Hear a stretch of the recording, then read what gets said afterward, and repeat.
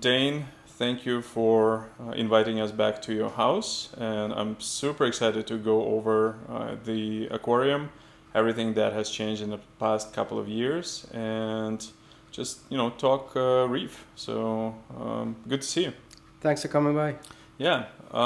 So the last time I think we shot the video was probably at least 2 years ago. So we did a series of videos.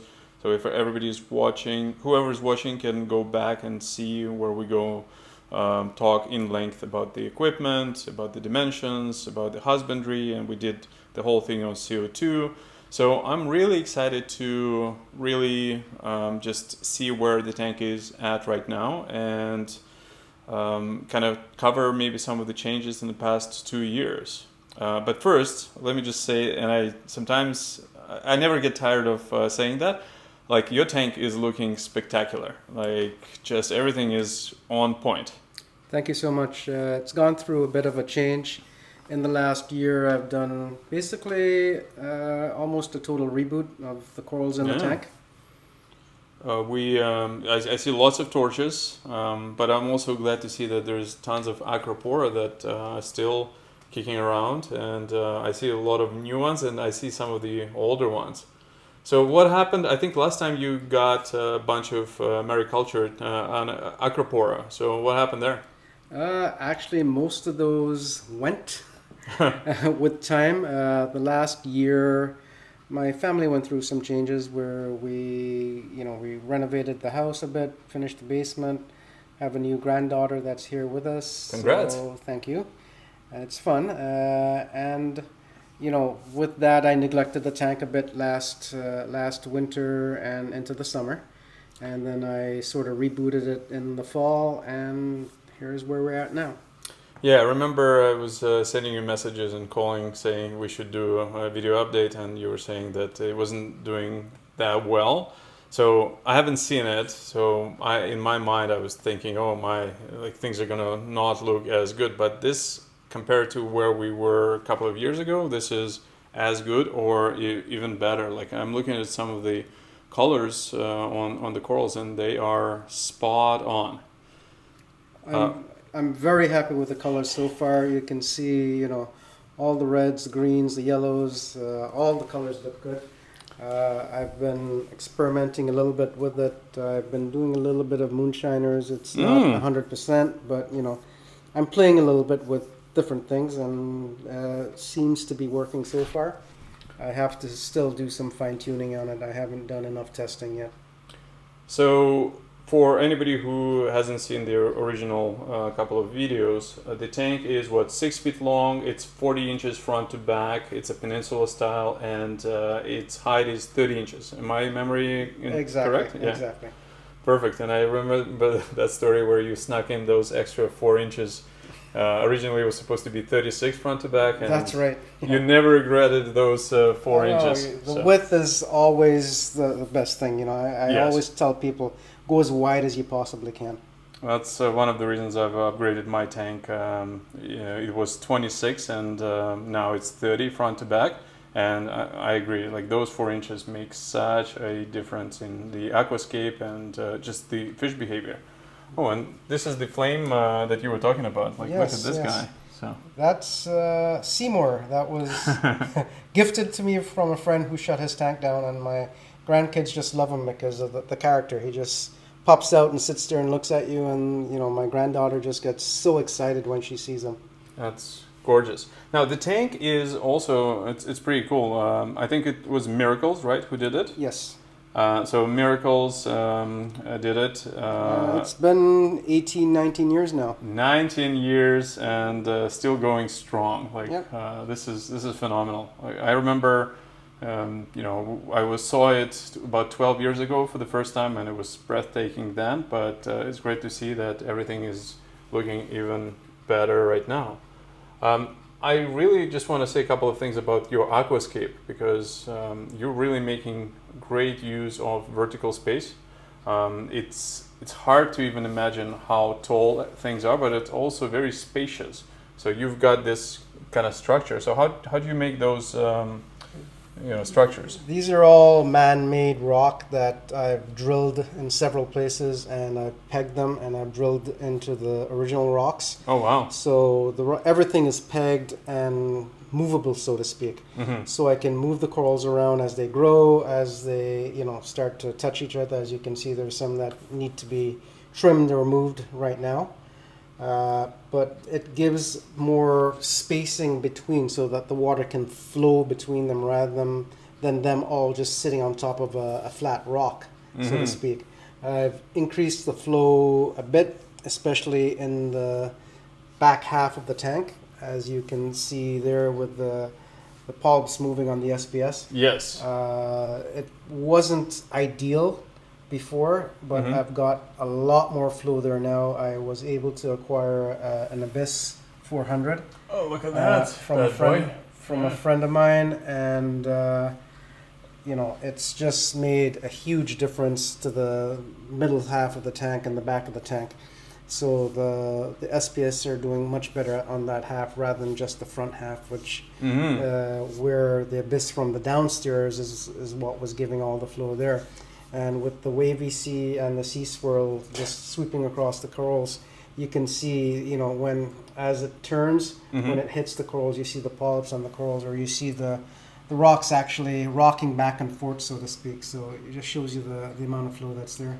Well, this is as picture perfect as the polyp extension can get on the coral. Just beautiful. Now, we'll talk a little bit about the coral husbandry in a second. In terms of equipment, so you've got two Abyss pumps, right? One for return and one for closed loop. Is that correct? Yes. Both 400s. And I have M2. Yes. Also on the closed loop. So one closed loop with the Abyss, one with the M2. That's right. And you notice a difference, eh? Oh, the Abyss is by far, it's 4,000 gallons compared to 2,000, so it's more than double. And like $4,000 or $2,000, whatever it is, right?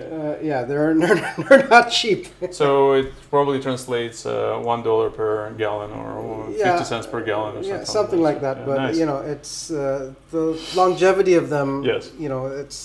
It's way stronger and better than you pay for what you get, so to speak. You certainly do. And then, but still, speaking of Ecotech, you've got the MP60s. Yes. I had two of them there, and once I put the Abyss, Yeah. I actually took one off because I didn't need quite as much flow there as before, right? So it's worked out quite well. Oh, it's perfect. I've now running MP60s on my new build, and after that, when you look at MP40, it just looks tiny. So this is that's for sure. You get used to it. Yeah, on a big tank, you need the MP60, especially anything bigger than 4 feet. Right. Now, in terms of lighting, you still running Radiance? I'm still running Radiance, the G5s, and two bars Of what they're called. T5 or no? Reef Brights? Reef Brights. Okay, let's take a little peek in there. So, look at that. So yes, Reef Brights aren't even on right now. they are not even on. So this is G5 30 XR30, and there is 6 of them, right? So the blues. Yeah, this is a workhorse. I personally run them as well, and I absolutely love them. That's pretty cool. Okay. So this is the two swirls. Yes. You cannot probably even get them now, eh? The sea swirls are still available. Really? Yeah. The guy still makes them in the States. Okay. Well, it's nice when you have a canopy because you can kind of hide all of this. Exactly.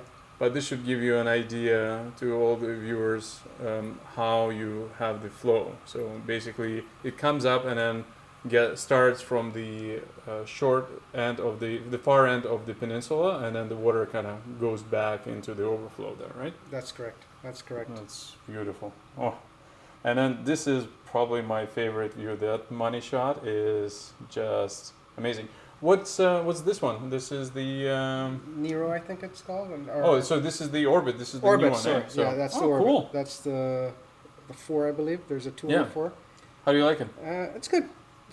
It's good. So you've got a little bit of that motion. Yeah, it's just to I was getting a little bit of skim on the top of the tank, So phenomenal. that just moves everything towards the overflow. I just cannot get enough of that shot. This is gorgeous. Okay, so let's talk a little bit about the coral husbandry. Any changes in kind of how you look after your corals? Like your acros look on point. Not too much. I've just been doing some ICP testing and trying to figure out if there's any deficiencies, Okay. and just trying to adjust that accordingly. Oh, really? So, what's any insights in the ICP on like what you had and what certain things get depleted? Yeah, I haven't done enough testing on it to tell you the honest truth. I've just done 2 corrections on it, and I'm dosing, the dailies sort of thing. Mm-hmm. And but like I said, I was on vacation for 2 weeks, left the tank alone for 2 weeks, which I've never done before, Mm-hmm. and came back and everything was fine. The only thing that I did have on at the time was I was doing 2.5 gallons of automatic water change, Mm-hmm. and my nephew came in twice a week just to check things over and clean the skimmer. Sweet. That elegance coral looks almost like the anemone in of itself. Huh? Yes. Pretty cool. This anemone is getting too big. I have to go in there and poke it once in a while to keep it down because it Oh comes wow, up, yeah. almost touches the SPS at the top there. But the colors are just phenomenal, and just this tank is 6 feet long. Yes. That I always forget how big some of the tanks can get. So when we see the Nassau or the Selfien, both are probably 12, 14 inches long, I want to say. I would say, yeah, pretty close. So, pretty yeah. close. Yeah. Like it's just massive. And they've been in there for 10 years or more. Sweet. Right? So, Yeah. here comes the sailfin. Yeah, look at this guy. So you've had him for a while now, huh? Yeah, many years. What about Achilles? The Achilles have been in there for, I think I've had him for about 5 or 6 years. Mm-hmm. All right, and here he comes. Yeah. Oh, and then that Nassau as well is just gorgeous. It's still, and everybody's fat. Yeah. Like if you look at them from the back, you can see very nice sides. There's 4 feeders on the tank, so they're being fed hourly when the lights are on, and and once in a while I feed them some roe or some frozen or some nori, but not too much. It's mostly just the feeders. Yeah, and then they feed the coral. Yeah, This way, right? So they poop, yeah, and that poop just feeds everything. it's a gorgeous collection of Acropora, and you told me that some of it after the trimming, so you've had even more busy aquascape. Yeah.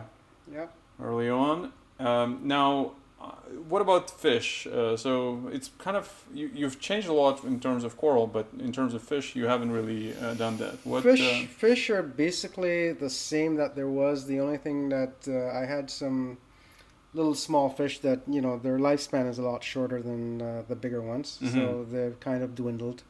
And I'm not the balance seems to be fine right now. I'm not really looking to put too much more. It has to be something special, all right? But not really in the big hunt for fish. I'd like to put a few more acroporas because that's always been my passion. Mm-hmm. The reason I have torches is because the acroporas don't do well down low. Yes. So I need something down low, and the movement is nice and the colors are really nice. So that's why I have the LPS. That and right now, speaking of like you've mentioned balance, I think your coral are in balance right now as well. Like you've got this beautiful collection of both SPS, but also your LPS corals are showing beautiful maturity and color. Is that so? Is it a 5e or a chalice? Like those two guys? Not even sure. Yeah. Some of them are, I think that one might be a Fabia. I'm not sure. That's gorgeous. Gorgeous There's 2 stuff. chalices in the front, and then there's the acan, the orange Right. acan that's been there for many years, and as you can see, it's just taking over that whole section. Interesting. Now, remember, we talked about the CO2. So, there was the whole craze about let's get the pH number high. Where are you at right now with that? Right now, it's because it was telling me that it was much higher, but I think it was my probe. So right now, it's going up to about 8.35 according to the probe that I have. Yeah. And it just goes down to about 8 when Okay. the lights and everything is off. That's pretty cool. And then what do you do for CO2? Sorry, not CO2, but to get the pH high? Like, Many things. yeah. Basically the same thing that I've been doing from before. I'm doing the ALK Yeah. is calcium carbonate, Yep. that particular one that raises the pH. I'm dosing Calquaser. I've built a different reactor from the last video. Oh, really? And it's being dosed at about, I think it's about 3 to 4 mils per minute. Yeah. Right, and it's being dosed directly into the overflow up here, so it sweet. runs right through the system. Yes. And I recently added an alkatronic, Yes. which helps to control my alkalinity and monitor it. So it's been spot on basically between 8.1 and 8.4. Oh, wow. So Right. stability, eh? Yes. And how often does Alkatronic measure things? Right now, I'm testing every 2 hours. I've done every hour. Yeah. When I first put it on. While I was away, I had it every 4 hours, but I've just dropped it down to every 2 hours just to see. I like to play around with it because it's a lot cheaper to run with the reagent than the Trident. Yes.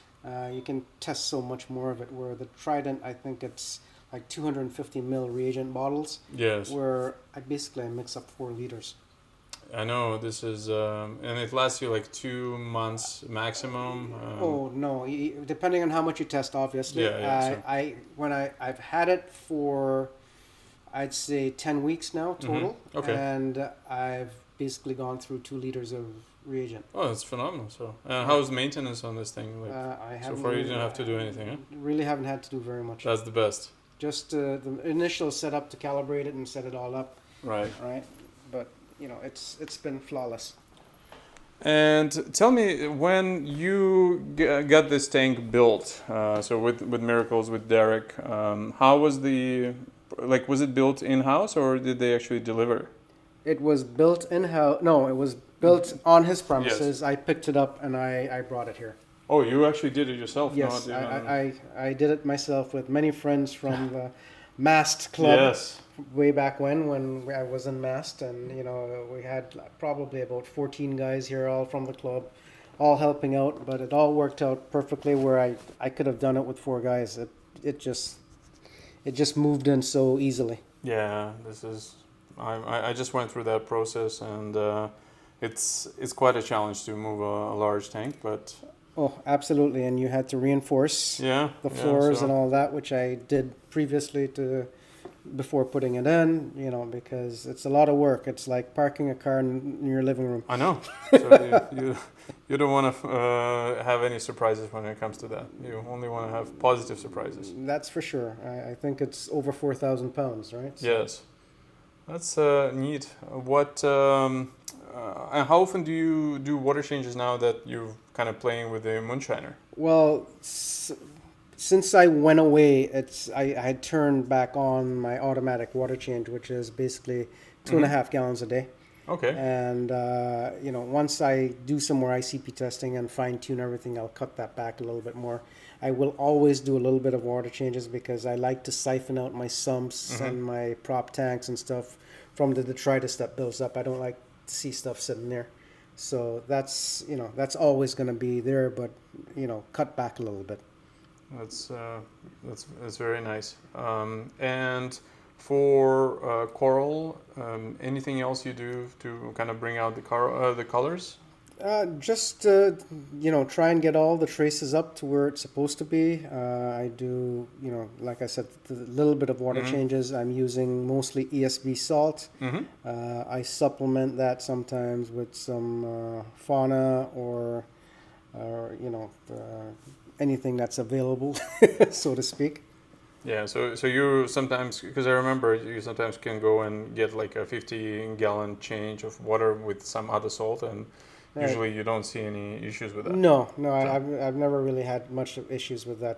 The reason why I use some other salts at times is because the ESV salt that I use is it's 50-gallon mixes, and sometimes when you're mixing, you need a little a bit bit of more extra, than so 50, so you need yeah, a little bit to top it up, right? Or if I run out and nice. I always like to have something sitting in the basement waiting, just in case you need it for an emergency. So, what would you say was probably the most challenging experience for you in the last, say, 2 years since we've shot the previous video? Most challenging is getting the damn zoas that grew all over my rocks and are starting to come back. I Oh, spent many, many, many hours, many nights plucking them off with tweezers one by one, and they're still coming back. So, a warning for all the new reefers out there: uh, keep your zoas off of your rock structure. yeah. And what was kind of the most positive experience? Because you kind of go up through ups and downs. Like, Yeah. what was the The positive nice? experience is watching the stuff grow, Yeah. seeing the colors that you're able to pull out, right? And looking at it like you're shooting video here now and it looks good, Mm-hmm. but when you look at it from top down, it's just Next level, next level. It's just for totally sure. different, and it's just incredible to, get a box and just look down at it, and it's just so much fun. Well, it also it's a testament to your resiliency, but also the love for this because you cannot pay somebody enough to spend their weekends and evenings dealing with all the unglamorous parts of this hobby, but because we love it, you can do Absolutely. that. Absolutely. I've been doing it for, I think now 35 Yeah. years, 35 years continuously. So it's a long haul. There were times last year where I thought I might shut it down because, Mm-hmm. family and I want to travel some more. Yeah. But, like I said, I was able to go away for 2 weeks and everything was okay. That was my biggest worry. All right. So with automation and, having someone able to come in and check on it, I think we're good. I think so as well. This is phenomenal. Well, Dane, thanks a lot for giving us this little overview of the tank. I want to suggest that the viewers write some questions for you because you did mention your sump and the equipment room, and we did some videos in the past, but I think there's some changes there. So if there is enough interest, we'll try to do another video where we will go in depth on maybe your equipment room as well as we'll answer some of the or all of the questions that will be posted by our viewers. So thank you very much, Dane. This looks phenomenal. I'm really excited on what 2024 will bring for you in your aquarium. Thank you so much for coming by. Cheers.